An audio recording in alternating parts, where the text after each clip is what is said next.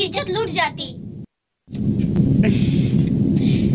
कोई बात नहीं, लेकिन एक बात हमेशा याद रखना, हर लड़की को अपने वजूद के लिए खुद स्टैंड लेना चाहिए और मेरी तरह स्ट्रांग बनना चाहिए। बनेंगे दीदी, स्ट्रांग बनेंगे। पक्का? हाँ पक्का। तो बन के दिखाओ।